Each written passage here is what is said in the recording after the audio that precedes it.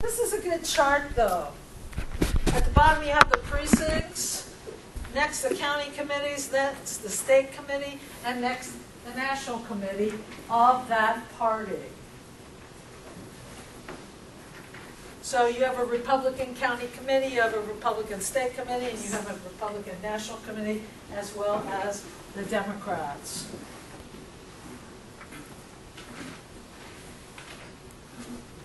You don't necessarily have to write that down, I just like the chart.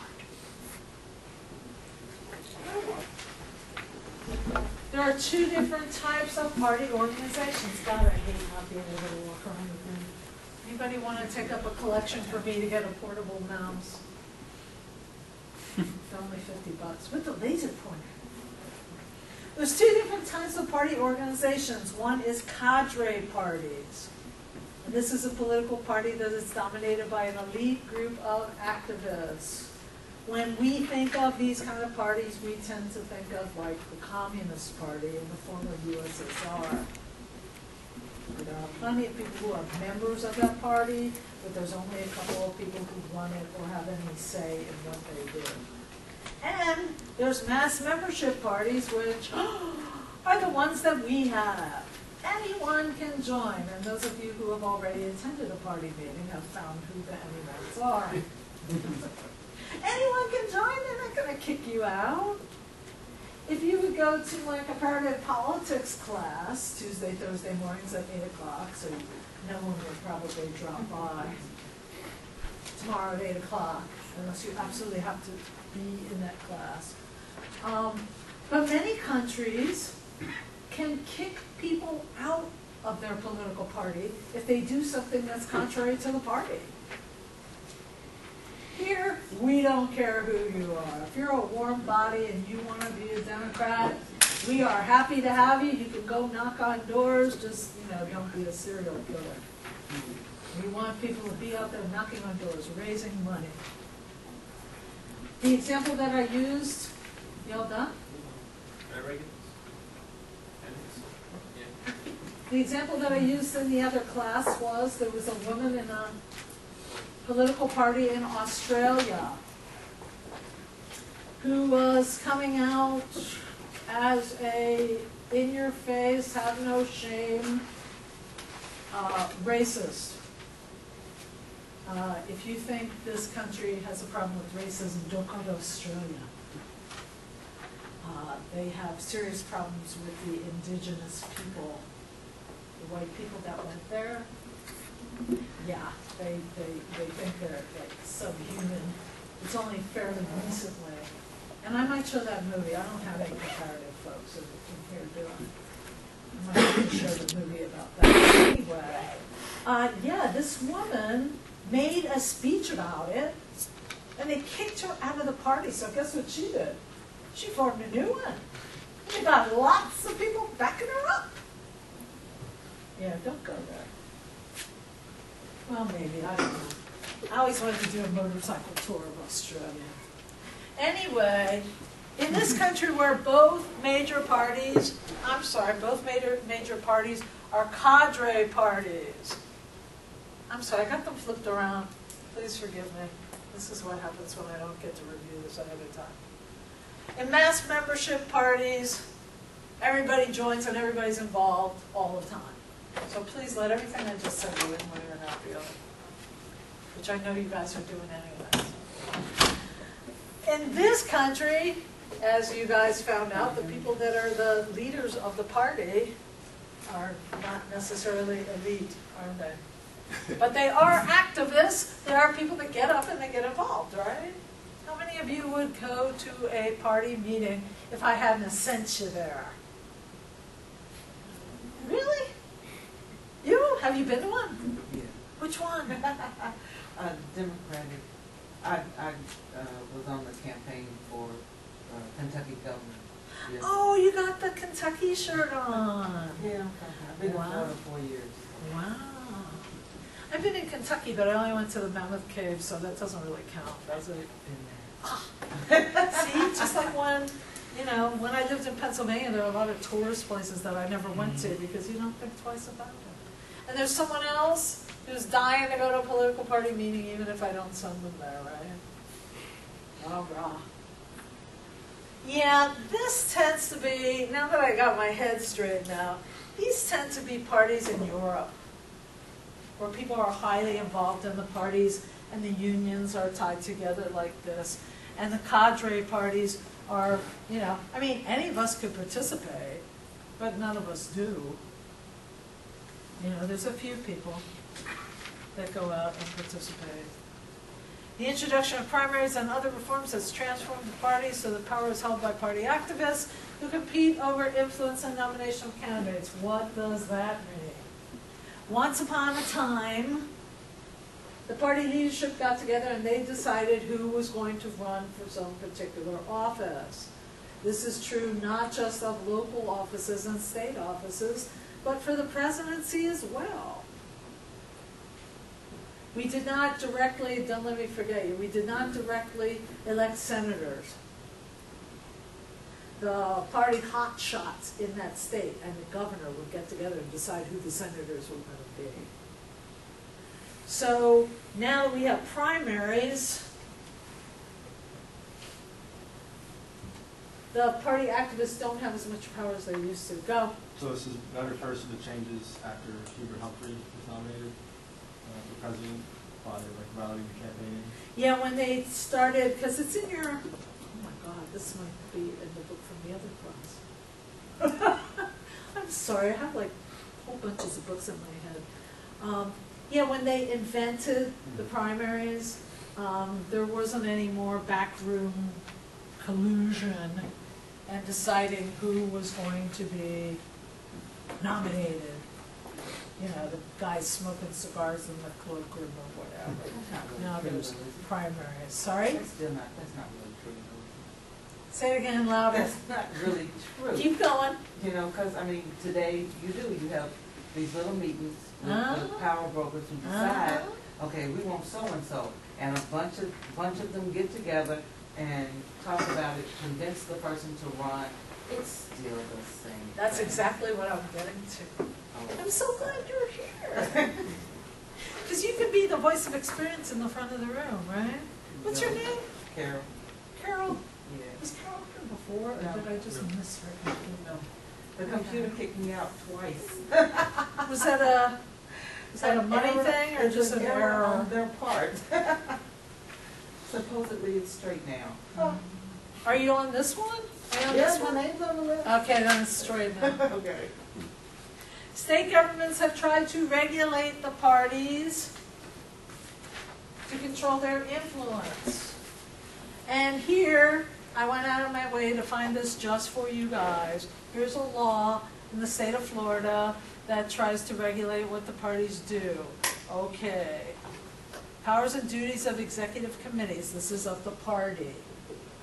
Each state and county shall have the power and duty to adopt a constitution, to adopt bylaws, to conduct its meetings, blah, blah, blah, to make party nominations, to conduct campaigns, to raise and expend party funds.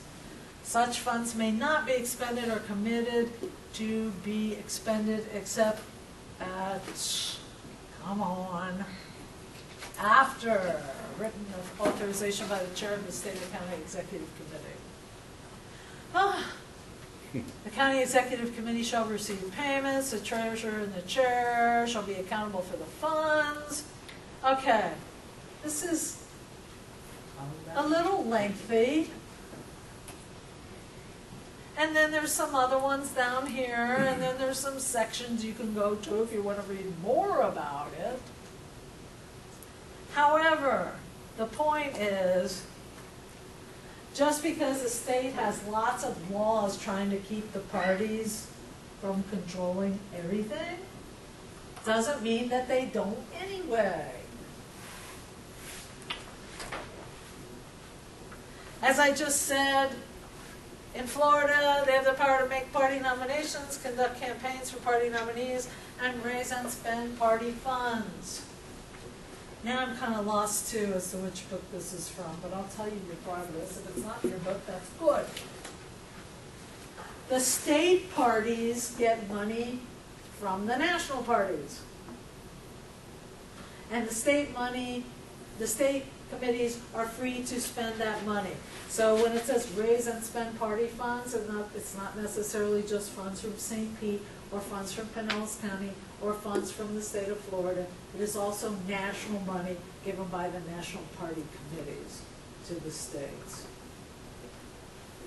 Later on in this book, now I don't even remember, they'll talk about how the state parties kind of got to play ball with the national parties or they don't get that money. Oops. This is my guy again, V.O. Key. Said that a political party organization is more accurately described as layers of organization. That's a beautiful picture, I know. You know how I slave over these things trying to find you guys nice pictures, right? And you so much appreciate that from me, don't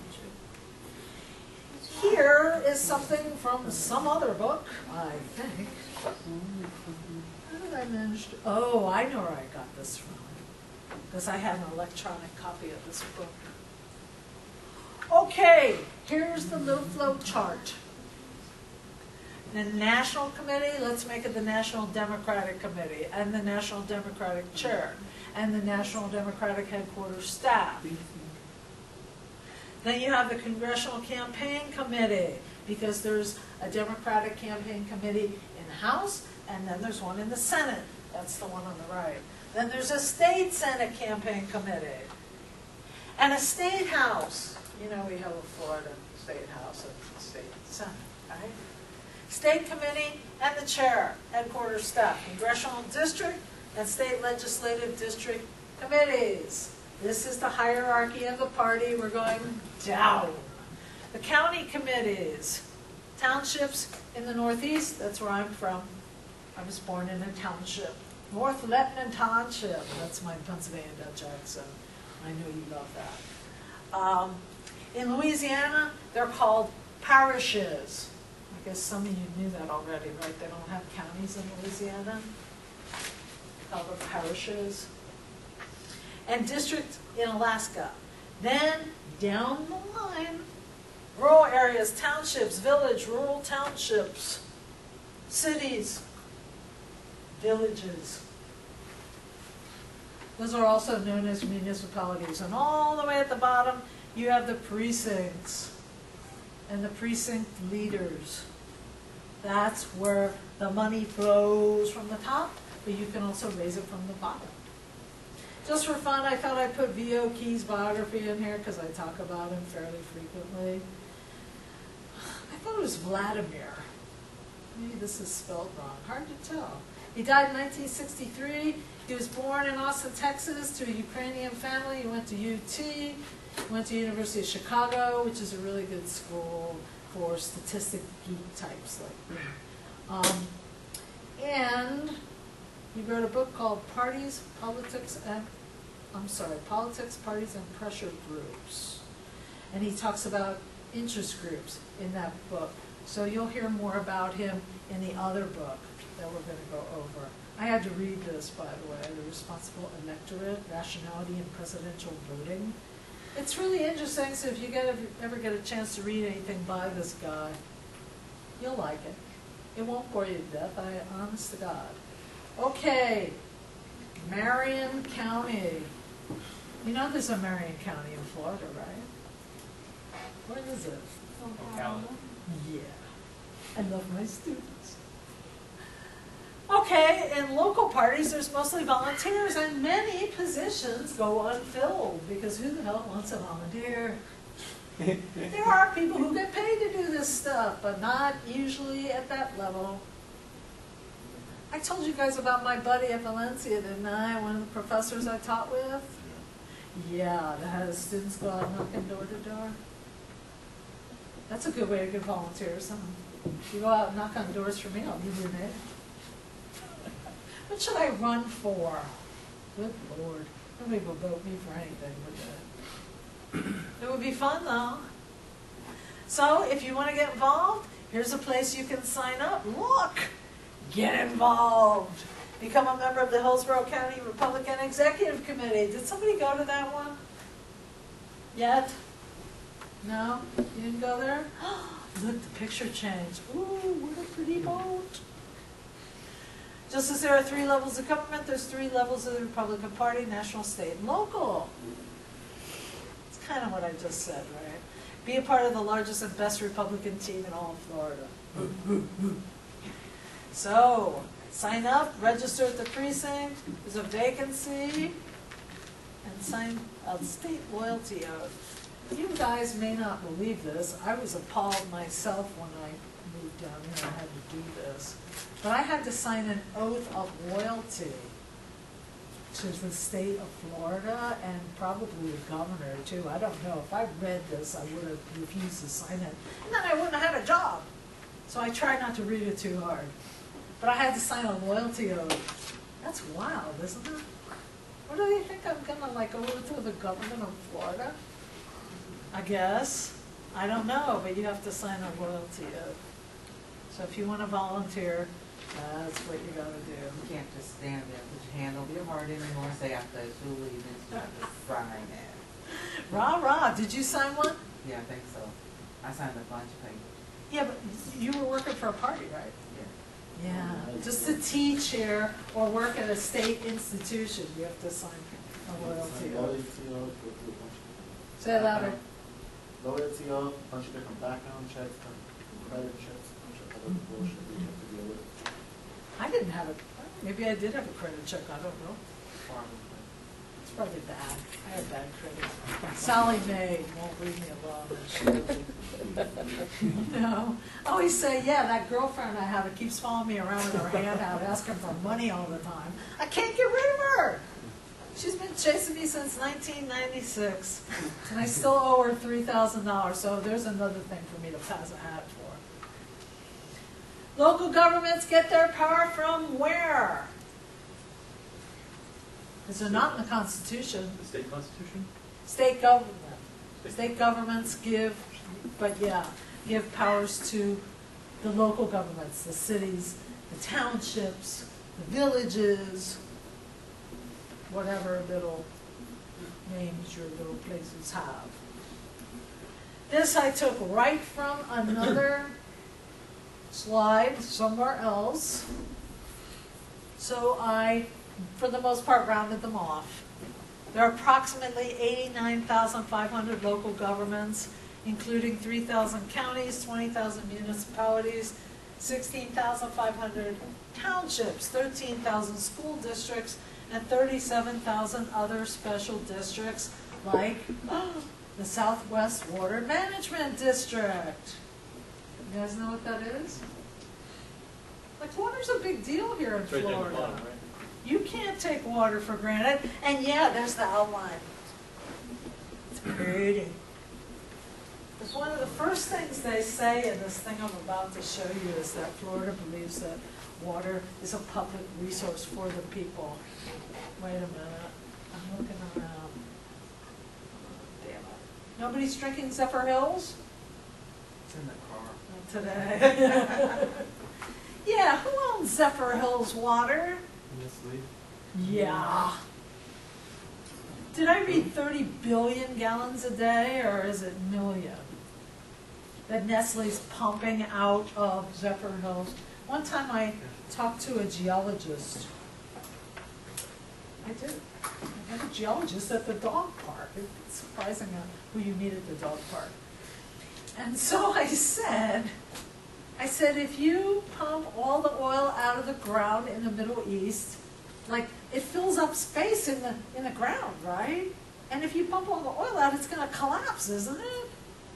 She said, oh yeah, it will collapse. She said, and if you want to see something else like that, look at the sinkholes in Florida and all the lakes, because we're pumping so much water out of the groundwater that the ground is caving in.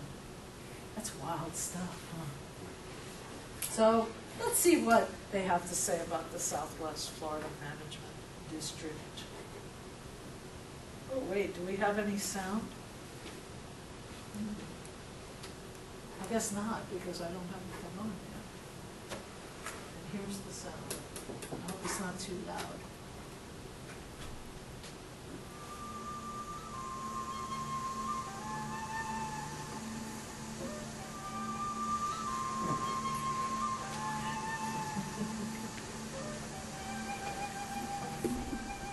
1972, Florida created the current system of water management districts to manage and protect the water resources. The Southwest Florida Water Management District includes all or part of 16 counties along the west central section of the peninsula, encompassing 10,000 square miles. With approximately 5 million people, personal income within the district is more than $201 billion a year, greater than 27 individual states.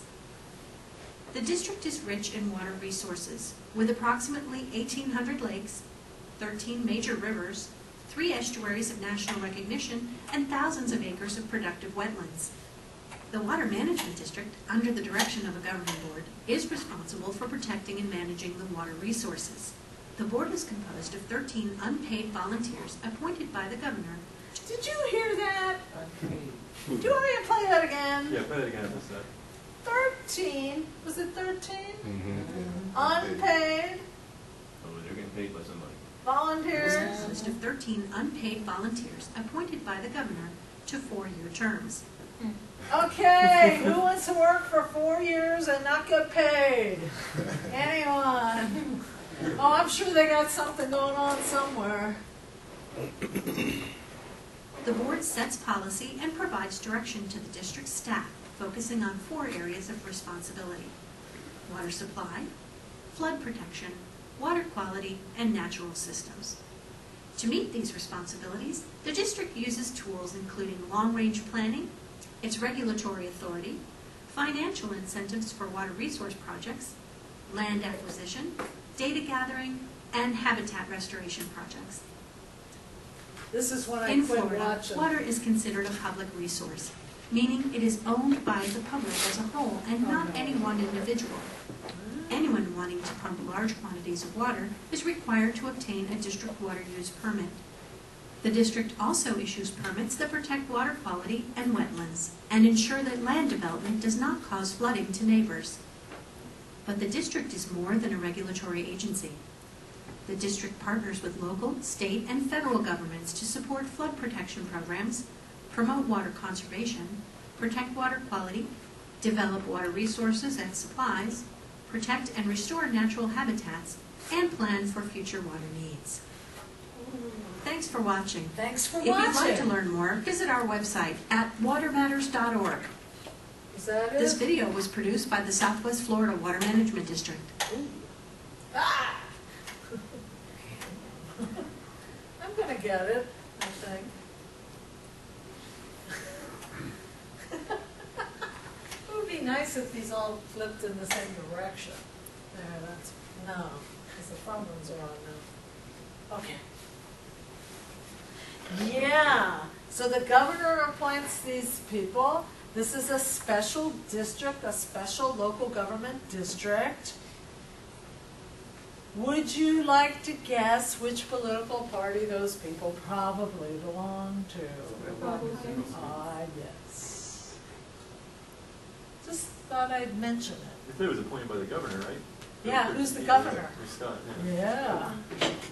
And, you know, and if you're in favor of having lots of business come to Florida, it's good to sell off our resources, I Yeah, I was guess. gonna say, since Some districts. he was appointed, didn't he start like, isn't there like a big thing to try to privatize the water sources now because of that? Well, that Which- was the whole thing about Nestle. Right. You don't have to take my word for it, look it up. But supposedly, Nestle is trying to buy up all the fresh water in the world, Mm-hmm. so that people are completely dependent upon Nestle. I had a professor, a political or a comparative politics professor who ranted about how evil Nestle was. And this was back in, what, 91, 2? And I didn't pay any attention at all because I thought she was some kind of a crackpot. And, you know, some years down the road, I'm just like, maybe I should have paid more attention to that professor. So what positions do local parties fill? Who's this guy? Yeah, the mayor of St. Pete. He's pretty nondescript. I'm not sure I would recognize him in a crowd. And who are these folks? City council. Mm-hmm. That's the city council. So, just for fun, let's watch our city council at work. Oh, there was? Kind of. Please, let's keep it quiet, please. Take outside, please. Please.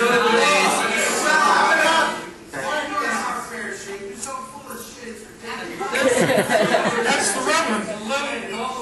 Could that be holy shit? Oh my goodness.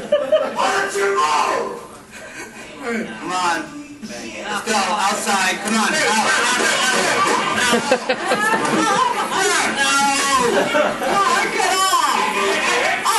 Jesus.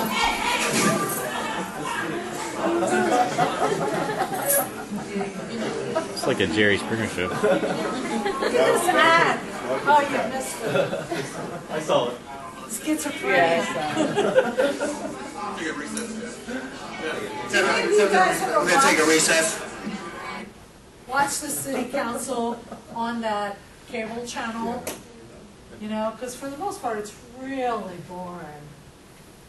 And you say to yourself, what are these people doing here? Nothing. So this was a pretty lively meeting, I must say.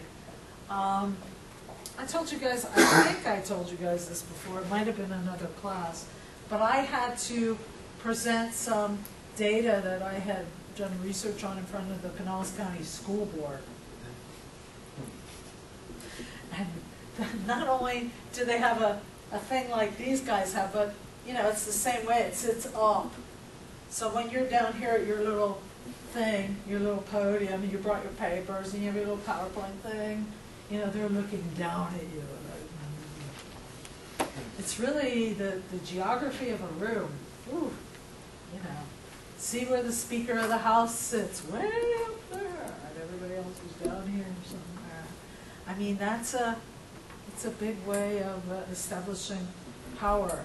So, okay, county commissioners, county sheriffs, judges. Oh yeah, and I put something in here with the school board. This was fun because when I came back here, I had been living in Kissimmee for 2 years, and then the third year I was commuting to Kissimmee from my house up the street here. So that was the same thing as living there, okay? And I came back, and I saw what was going on with the school board when I got back here. I was appalled. I mean, I can't believe that even Pinellas County would be this stupid, but they are. Thank you. The Pinellas County School Board is looking for a new superintendent tonight. The board fired Julie Jansen without cause today and agreed to pay her a year's salary for severance. As ABC Action News reporter Don Gourmet reports, the move came after a contentious showdown between Jansen and the board. Be careful what you wish for. Teachers and parents blasted the school board over the way it treated school superintendent Julie Jansen while discussing her future. To do this to your students is unconscionable, and I am furious. And I find it very disheartening that you guys have issues and you can't address the problem. This must be the most dysfunctional county school board in the state. But in the end, the board voted unanimously to fire Jansen without cause, which means she gets paid for the next year.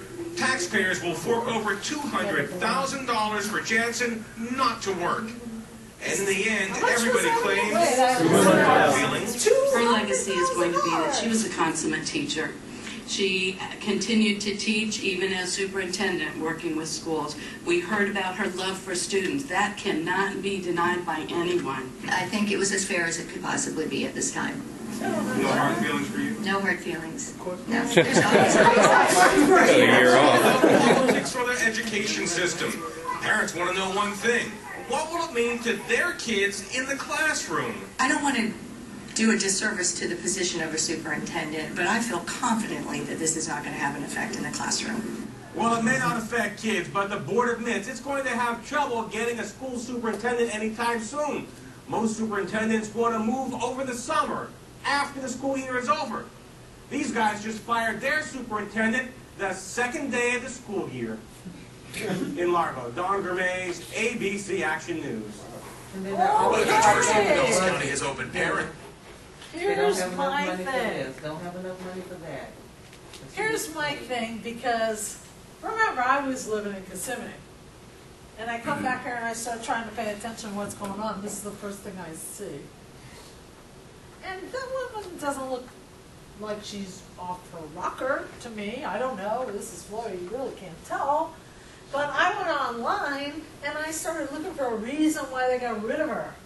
I didn't find one. I mean, if anybody wants to tell me at the break what the reason was, because I asked a whole bunch of people and they said they didn't know.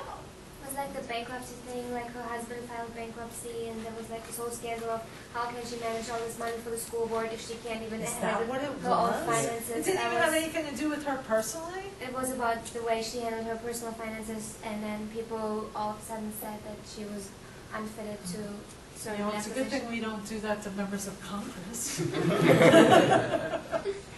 Wow, that's interesting. I'll have to look that up now, but I, honestly, I didn't see anything that was that cut and dried in black and white anywhere. That was the So number. now I'll have to look it up, sorry? That was the member of Congress found back for the civilian with the amount of money they made. Well, I don't know what they've done in the past. And here, just in case you didn't know who the Pinellas County tax collector is, there she is. Yes, political parties find people to run for tax collector. She just got appointed there, didn't she? No, God no, because I've owned this house for, what year was this? I've owned this house for 12 years and I've been paying her taxes for quite some time. I've been in my parents' house for 25, and we paid the same lease about in like 3, so no. Say that again louder. I've lived in the same house since I was born, and my sister since she was 2. That's the late teen that comes on our tax bill since Yep. Yep. Maybe we should, what do you think her qualifications must be? then. The count. She did stay at the DMV like 4 years ago, 5 years I ago. really hope that she's an accountant. And not what? A lawyer? I don't know, I didn't bother Oh, she's a looking. tax attorney. But the point is that these people are elected. And they have a party. They belong to a party. So all these folks are elected, obviously the mayor, the city council, county commissioner, the sheriffs are elected here. Remember when Bubba was running? Bubba the Love Sponge? You know, remember, some of us remember that. In Pennsylvania, judges are elected. Not all of them, but most of them have to run for election. They do here too, but in a lot of states they're appointed. So you have to run for the school board. I should run for the school board. They don't look like they have it so tough. The tax collector and the county auditor, who also better be an accountant. When this country was relatively new, and there was no internet, and there were no cell phones, and there were no other phones, and if you wanted to get a message to someone, you could put it on a pony, and someone will ride the pony to your person's house. The local governments had more power, because those were the only people that people knew about. You knew who the mayor was, you knew who the sheriff was. You know, the local governments had all that power because no one had any contact or hardly received any information about the national government at all. And not very much about the state either, they were too far away. But isn't that why the electoral vote was important? It was important then. I'm not one of those people think we need to do away with that because information is so easily, everybody has access to that information now. But wasn't it started? The Electoral College began with the Constitution. Yeah, but But it's outdated, it needs to go. do me a huge favor, and we'll save all this stuff until like the last 10 minutes, so write it down so you don't forget it, okay? Where am I? Extensive European immigration. And this was the beginning of the political machines, and I'm sure some of you know what those are, what those were. There are some places that I would venture to guess are still run by political machines. I'm just going to pull Chicago out of the air. Rahm Emanuel looked at his watch and said, oh, damn, I better hurry up because I want to run for mayor. And I got 2 months to get the ballot. How did that happen? I don't know. Professor Martin, can you explain political machines a little bit better? I'm getting there. Okay, by registering new immigrants to vote, parties got them on board right away. It's notorious in our history that particularly the Democratic Party would take a big wagon full of booze and go around certain neighborhoods and say, look, if you go vote for the Democratic Party right now, come back here and drink with us. Bring me your little thing that said you voted, and we're going to have a party, a real party. Okay, I'm going to have to do this now. Hold your questions, okay? Because if I have to deal with people calling stuff out all the time, I'm so going to lose track of what I'm trying to do. Got? You're good? Okay. So parties got control of various cities. So, new immigrants, of course, were not citizens. How did they get these people to register to vote if they're not even citizens? Well, I picked the cheeseheads, because I can. I don't have anything against the cheeseheads, and that's a really cute dog and everything. Suffrage means, put your hand up, suffrage, yeah, Right to vote. right to vote. They decided that the vote should be given to aliens, folks who came here from another country, who lived in Wisconsin for 6 months. And they said they were going to become citizens. They weren't citizens yet, but they were allowed to vote because they had lived in the country for 6 months, and they said they were going to become citizens. And that passed their state's constitutional convention. And that was in 1846. So the parties tried to sign up as many people as they could, get them registered to vote. They didn't care whether they were citizens or not at that point, as long as they could, get some warm bodies at the polls. Who was my guy that was reading? You were reading, weren't you? Or do you want me to pass that on to someone else? Volunteer to read this? Look at this. The buying votes in local elections was easy where large groups of immigrants could be mobilized by their leaders to march to polls. Naturalization papers could be obtained before election, free of charge or without too many questions asked from friendly judges. In the 1840s, it was a general practice to advertise in German newspapers of New York just before election day that all Germans wishing to be naturalized should apply to the German Committee of Tammany Hall, where they would receive their citizenship papers gratis. What does gratis mean? Free. Yeah. Irish immigrants landing in the morning might be voters by night. Yeehaw! Boy, that's a lot different than now, huh? Oh, yeah. They want everything but your blood type. Like a drop of blood on a piece of paper to make sure that you're a U.S. citizen. But not in those days. Here's a caricature of Tammany Hall. Tammany Hall was the quote-unquote political machine of New York City back in the 1800s and early 1900s. I don't know that much about Tammany Hall, so I'm going to talk a little bit more about Chicago because I know a little bit more about that. Chicago had a mayor for many, many years, John Daly. After he got really, really old, and I think he might have even died, the mayor, guess who got to be mayor? Like this is some kind of a monarchy. Yeah, his son got to be mayor. And now they passed the torch because his son said he didn't want to die in office like his father did. He didn't want to work himself to death. So now Rahm Emanuel is mayor, and perhaps he can work himself to death. I doubt it. But that was a political machine. That was about who you know. That was about getting your tickets fixed. That was about getting things done for you because you know someone in the party being the party in power. The one in Chicago happened to be the Democratic Party, and so is Tammany Hall, by the way. There was a Republican political machine in Philadelphia, Mayor Rizzo. You might want to read about him if you get really, really bored. He had been the chief of police. So I had a friend that lived in Philadelphia, and he was like, you know, Philadelphia, trying to find a place to park in Philadelphia is literally like trying to find a needle in a haystack. I joke about Philadelphia parking because there's like this much room behind you and this much room in front of you.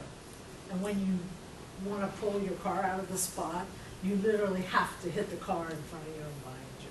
So it's really, really hard to find a parking space there. But you can always get your tickets fixed if you know the right guy. You give this guy, you know, X amount of money, and lo and behold, your ticket goes away. How nice for you. So those are the kind of things that political machines did. They did you favors, they did stuff for you, but only if you belong to that party. I said before in my comparative politics class that we didn't always have a secret ballot. You know, if you were going to vote Republican, you picked up a card that was, say, red.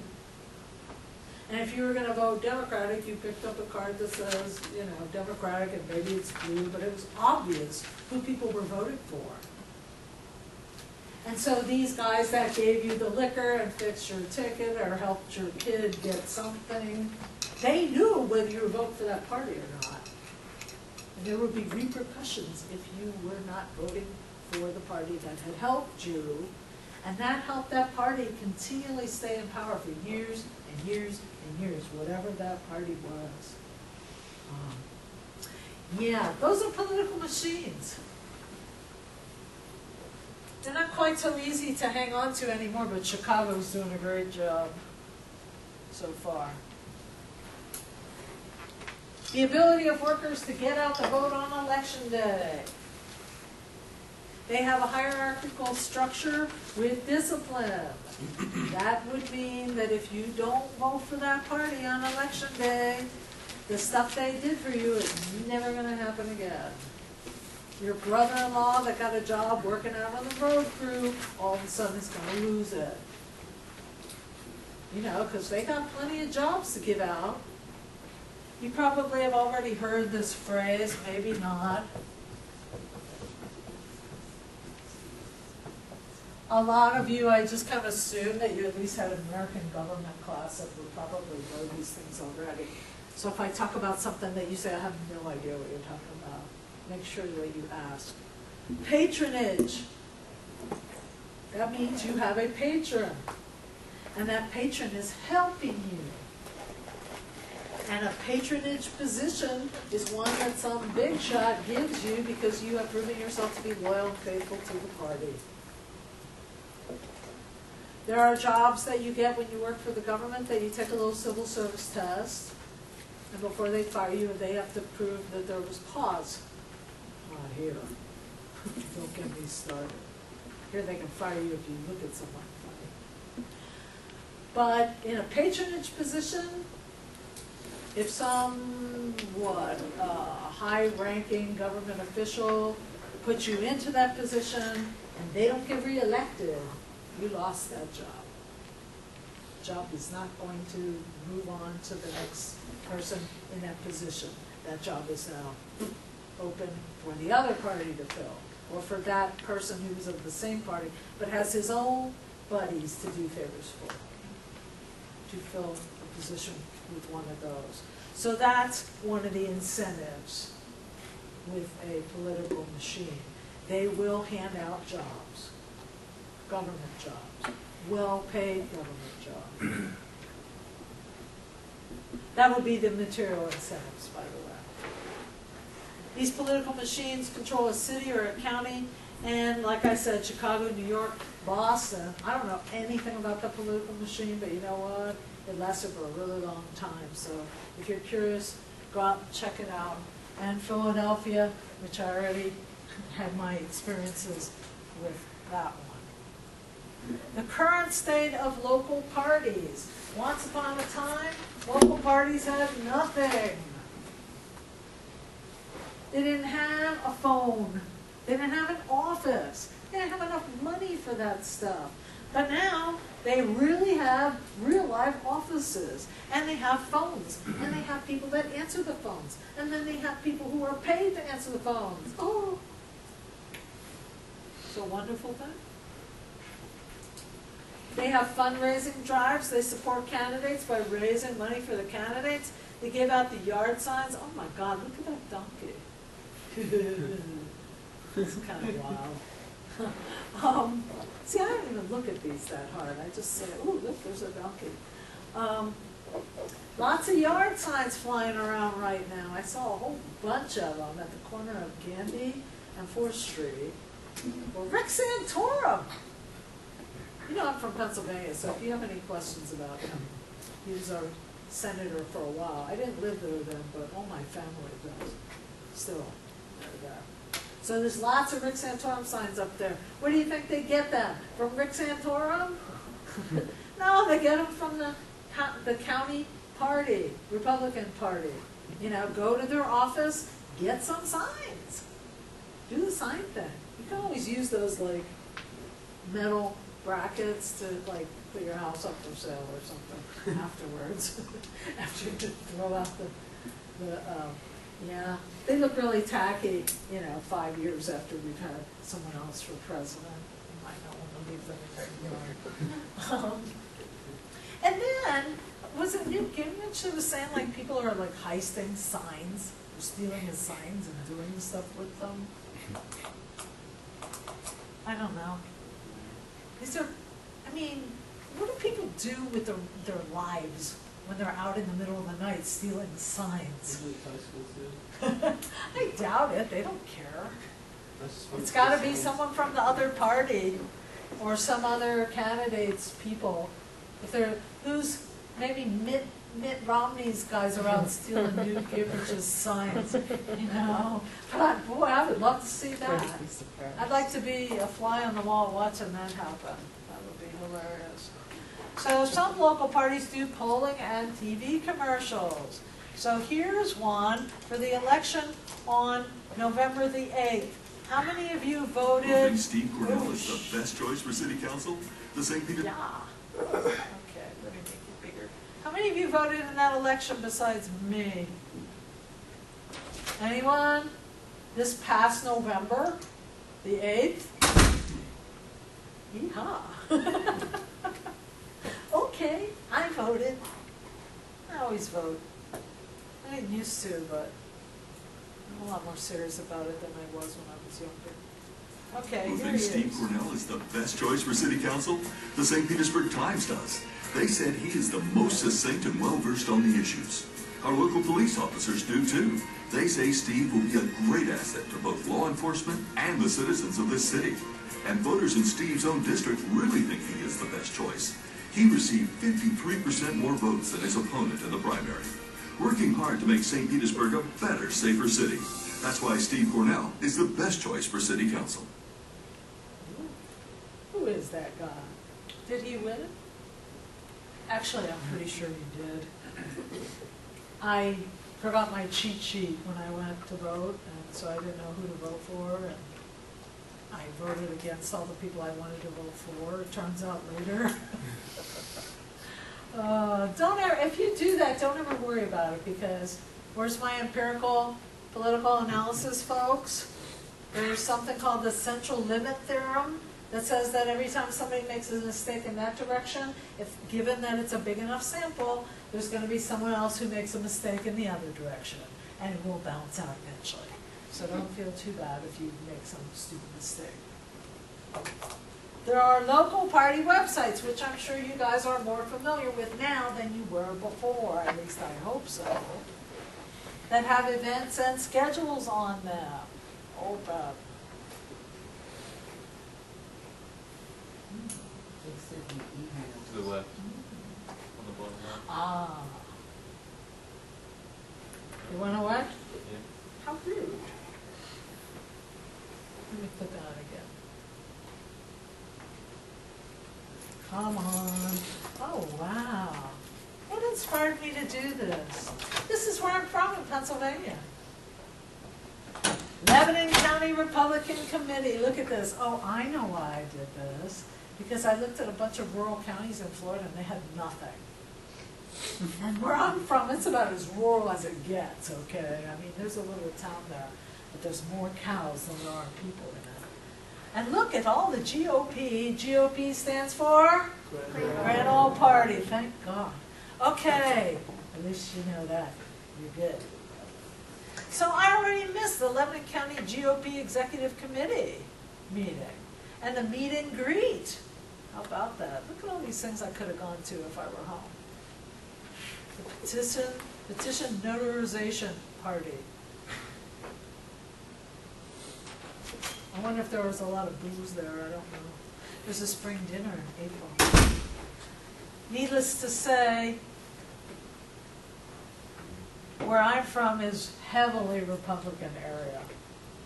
So of course the Republican Party, even though the county is like as big as, say, Manatee County, they have a lot of Republican stuff going on there. Later on in the semester, I have a YouTube from my hometown that makes us look like the idiots we are.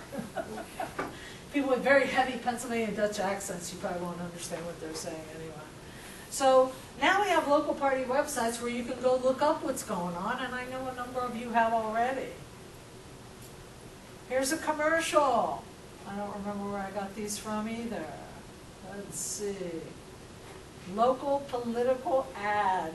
Oh, I was going to do a little game where you guess where these people are from. I bet you could guess where this guy's from. You ready? I'm Selectman Morris DiPaolo, and I'm running for re-election. Living and doing business here in town taught me to be accountable and that honesty is always respected. It taught me compassion for all residents. My father inspired me to care for people, to make a difference, and to have a vision. I have shown reason in all of my decisions and perseverance as I champion issues important to our community. I am open-minded and committed to doing the right thing. I've been working hard for all residents. Please vote for me on Tuesday, May 6th. I've been working hard. Well, the town's named Shrewsbury.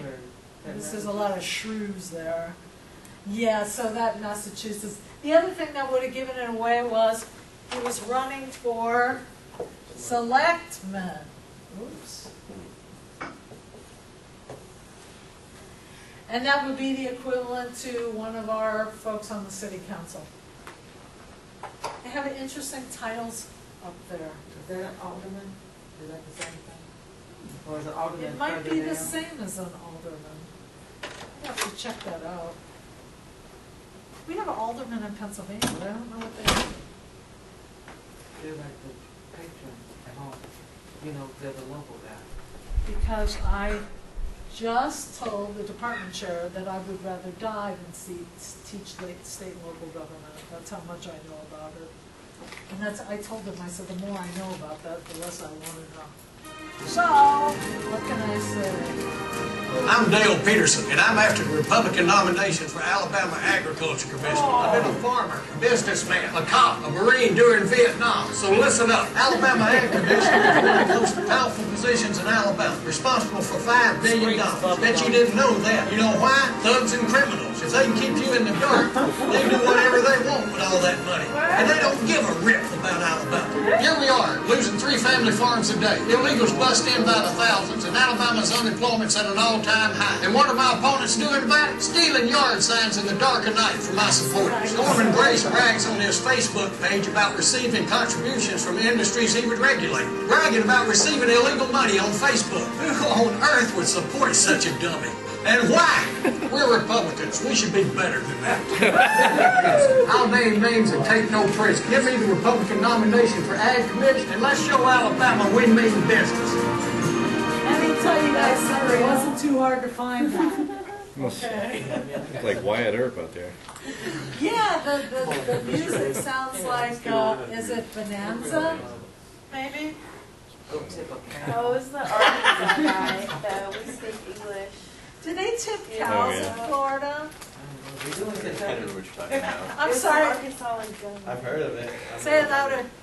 Tipping cows? I've heard No, of it. what you were talking about. Oh, Me? No? Yeah. Oh, there's some governor who did a commercial for, I don't know if he's a governor, it was some guy in Arkansas, and he was like, in America, we speak English. And he's like, I all heard ballots. that. Yeah, it was Alabama. English. It was Alabama. Alabama? Yeah, he was running for There's governor. a state that started with A. Yeah, he was running for governor, and he came out, and his campaign advertisement was basically saying, if I'm governor, I'm going to make all the documents for it. If you got to get your driver's license Yeah, or whatever, all in anything. English and only in English, because that's what we speak here. And if you want to live here, learn it. That was basically the gist of the commercial. I was like, wow. Wasn't as bad as Rick Is it Perry's racist? commercial, Yes. though. Did you see Rick Perry's? Which one? Yeah, oh, it was over Where's 2 the million T-Mobile? hits in like 2 days, and it got like 98% disproves. It was, it's like you don't have to be Christian to know that something's wrong in our country when gays can serve openly in the military and our children can't pray in school.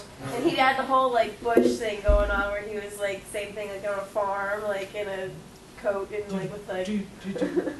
That's it. It's the Marlboro Man music. That's what that sounds like. Probably most of you don't remember that music, but I sure do. So why am I showing you this stuff? Let me tell you why before I get to the next slide and the next commercial. Once upon a time, local parties didn't have the money to do this stuff. It takes a lot of money to run commercials on a national affiliate. It takes a lot of money, you know, to hire people to film this stuff and to put your makeup on and, you know, pick out the right gun and the right horse or whatever. Now, anybody can do this. How many of you have little blurbs on YouTube with your face? What do you mean, little blurb on YouTube? Oh, no. Nobody has their face on YouTube, ever, anywhere. I am the only fool that's on YouTube? You are. You are.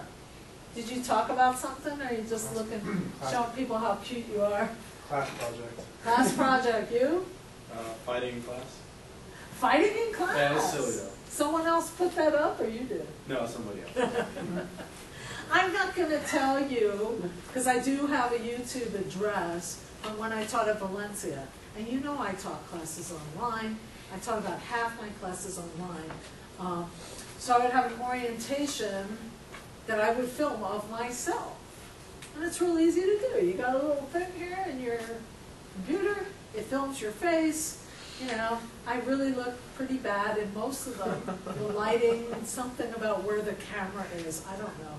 But I did one really good one outside. I sat on my Sportster in the yard, and I put the computer on top of my hood of my truck, and I picked up my little dog, and I started, you know, press the button, and I said, "Hi everybody, my name is Chris Wyman, I'm your professor for American government," and I started talking about the syllabus, because you got to go over what the syllabus is, and I said, "Hi, this is my little dog Cricket. Say hi, Cricket," and I picked up her little paw, and I waved. The little dog paw. And you know how much it cost me? Nothing! You know, I don't know if you'll find me. You can go look if you want. That's the only, I really look goofy in most of those. But the thing is, it used to cost so much money that they could never have done commercials like these. And now, the one that really cracked me up, and I can't really, well, I guess I could have gone over it in this class, because in Congress I can't talk about the presidential candidates, but in this class I can. Herman Cain with that smoking dude. Remember that one? That never even went on TV, did it? It was just on YouTube. The word got out. Everybody started hitting that site. I don't know if any of you guys saw the John Huntsman children.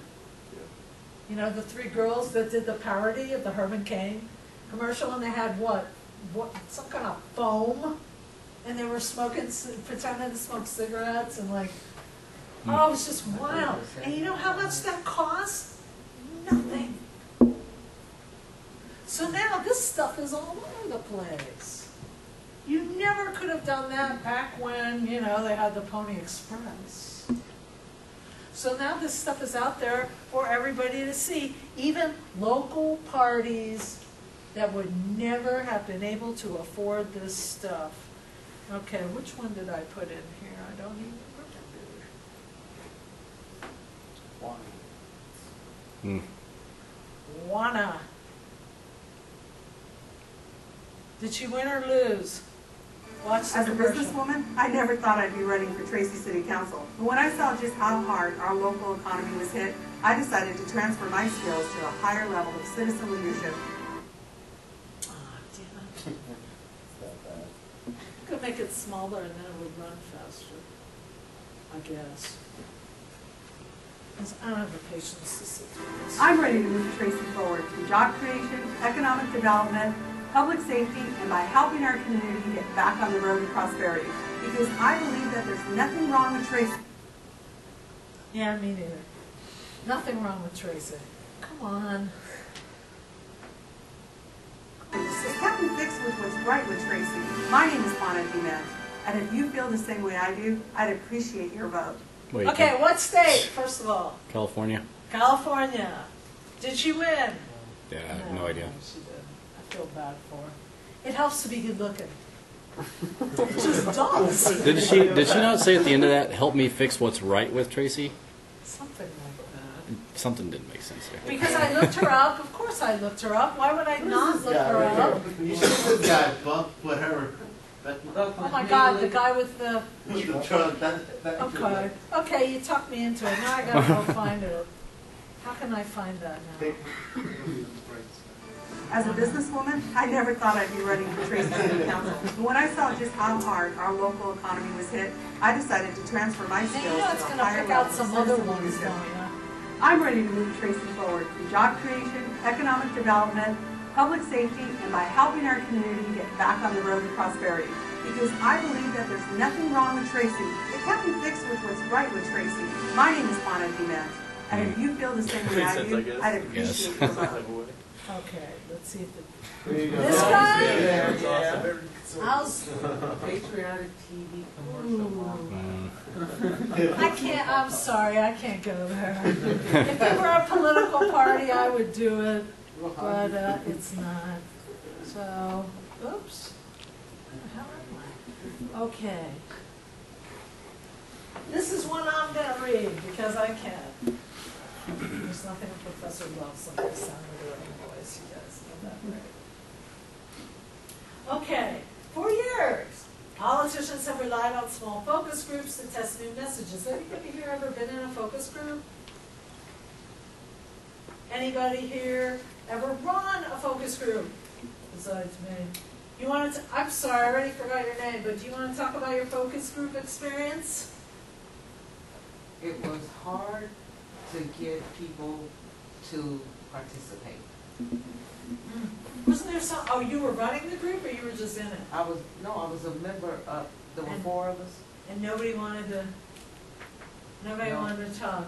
Nobody. As part of my training to do survey research and political polling, I ran some focus groups, and it could be in a product, it could be in a person.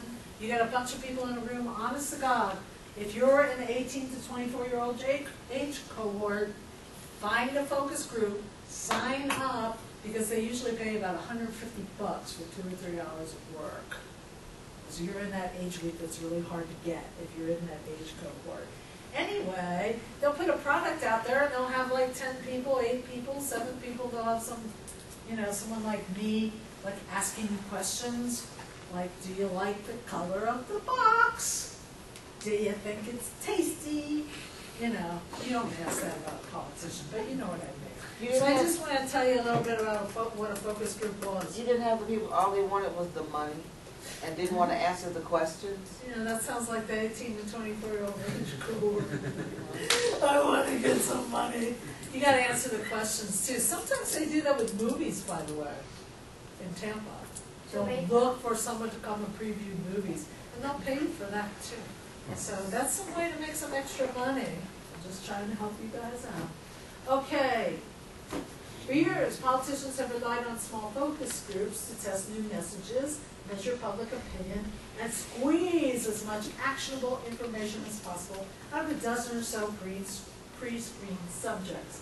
But as with everything else in the age of internet politics, YouTube is providing political campaigns with new ways to evaluate information and formulate campaign strategy. Our new analytics tool, YouTube Insight, allows any video uploader to view detailed statistics about the videos that they upload to the site, including aggregated information about the age, sex, and geographical location of their viewership over time. You can also see how people found your video, whether by searching on YouTube or Google, browsing related videos, or visiting blogs and other websites. Okay, let me tell you what this is in case you haven't figured it out already. But you said something about this earlier. The Rick Perry commercial had how many hits? It was like 2 billion or something like that. YouTube is going out there and they're trying to get people to put stuff up on there, political people, people running for office, and they're saying, okay, we can tell you how many hits you got. We can tell you how they found your YouTube. And in fact, we can tell you the age, sex, and geographical location. How do you think they know that? It's your account. That's the only way they're get your age and sex Because is your account. when Your IP is you- going to show you geographic location. Yeah, but you know what? I mean, when I go into one of my search engines, it knows what I'm looking for before I even start. I type in 2 or 3 words, and it gives me the first political thing, or 2 or 3 letters, and it gives me some political thing. And so, you know they're capturing information on you. You know they are. You guys gotta know that. So, yeah. So, the idea of me showing you those commercials, too, was that someday soon, if you listen to YouTube, you won't even have political commercials on TV anymore. They will only be online. And how cheap will that be? And everybody and their brother will be able to do it. Maybe that's a good thing. Maybe that's democracy at work. Yes. You really think they'll do that though? 'Cause I mean, to They're get the YouTube trying. videos, you have to go out and look for them. I mean, what would be the point of commercial you have to go look for? I don't go look for commercials ever.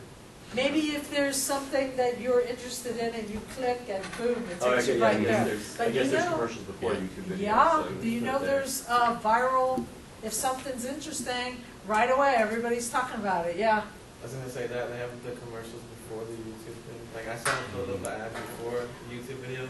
Well, didn't I I just was like, show this is gonna be one 30 in seconds. the last It was class? like a 20-minute little ad. Yeah, it was Ron Paul, I think, was doing that or Yeah. something. Ah. On like everything I clicked, I was like, Ron Paul, Ron Paul, Ron Paul. I'm like, really? So that's making lower levels of government more powerful than they used to be as far as getting their message out there. People who couldn't have afforded to do that before can now do it. It might not look that good. I didn't look that good on mine. But, you know, how hard is it to hire somebody who can dress you, you know, do your hair and put some makeup on you and make you look okay? So the local parties are getting more powerful, and because of that, state parties are sometimes getting less powerful. Now, if there's primaries, there's not as many backroom deals. I was talking about that before. And civil service protections led to fewer state patronage positions. The states do not have as many political jobs to give out as they used to. I talked to someone up in Pennsylvania about the patronage jobs up there, and there are still some out there, and you can go out and look for them and maybe get hired for one. And so I looked at what was open, but there's not that much. Not the way they used to be able to dish these jobs out to all kinds of supporters. But now that they have a civil service where you take a test to do a job, and they hire on the basis of what your test score was, it's a little bit harder to dish out all these jobs to your buddies. So the state parties raise money for candidates, so do local parties, so does the national party. They also get money from the national party. I talked about that a little earlier. They get money from collaborating with interest groups, which we'll talk about more later. And that money enables them to have offices and paid full-time staff and hire polling firms and create and run TV commercials. Polling is fun. I studied how to do that. It's really. If you ever want to make money doing political polling over the phone and asking people personal questions, if you're really, really nosy and just love knowing other people's business, that may be a job for you. I think that's why I got into it. I was just like really curious about other people and what they think. And to get them to tell you this stuff over the phone, it's amazing what they will tell you over the phone. It is amazing when you can get total strangers to tell you over the phone. You know how people go on Facebook and they say, hey, guess what? We're going on vacation on Alaska for 2 weeks. And their like location is on there or whatever, and people go rob their house while they're gone, and they think, how did that happen? People tell you stuff over the phone. They don't know who you are. I don't really know who they are either. Okay, the state central party committees recruit candidates for the state legislature, and then they train them. These people are sometimes called handlers. We teach them how to talk, what to say, how to deflect questions or change the answers, how to react to crowds and them yelling things out and what have you. People have to be trained to do that. I guess there are some people who are naturals, but it doesn't hurt to have some coaching. You know, there are people who are good at giving speeches, but some coaching doesn't hurt. So the state central committee raises money for the candidates and takes up the slack in the local party organizations where they might not be raising enough money and they might not be getting enough money from the national committee. Because you know what, they're not going to pour a whole lot of money into somebody they know is a loser. I was just talking in the last class about people who run in hopeless elections. People who run when the same guy has been elected in that district 20 times. He's 80 years old. He's still getting reelected. And who's going to run against that guy? Yeah, some idealistic, crazy person runs for an office they know they cannot win. And do you think the National Party is going to waste a whole lot of money when the other party, their candidate, has been an incumbent forever? No, they're not going to throw too much money at those people. It might be fun to run, though, at least, you know, if you are idealistic. Republicans have more money to spend on elections because they have corporations that pour money into their party. When they try to make comparisons, and I've seen this done many times, they say, well, you know, the corporate interests and the labor unions, like there's a lot of unions now. There are hardly any unions now compared to the way it used to be. And in fact, in Pennsylvania, where I'm from, where the steel mills all went under, those guys had some pretty strong unions, and now none of them are working. They bought the steel from Japan or wherever. So labor unions' money is no match for corporation money. And because the Republicans tend to have more money, they can provide more services to their constituents. They can provide more services to the local party offices and to the state party offices. So if you go, this is a fabulous website. I almost don't want to tell you about it because I'm going to link to it a number of times over the course of the semester. But go to opensecrets.org. Incredible website. It's all about where the money goes, where it comes from, where it went, who contributed, how much. They are keeping track. So if you go there, they have a list of the top contributors. Except for now, there are people they can't keep track of anymore because they're not allowed to, they don't have to report it except for quarterly, if then. So it'll be fun to see how well they track that stuff now. But go to opensecrets.org. Anytime you want to know anything about money and politics, it's a great website. Parties now are more centralized than decentralized, and state and local races obviously do not get as much attention as national ones. And I just asked you guys, how many of us, there were 3 of us who voted in this past November's election. So I think this is that one. Oops, damn it, this is what I did the last time.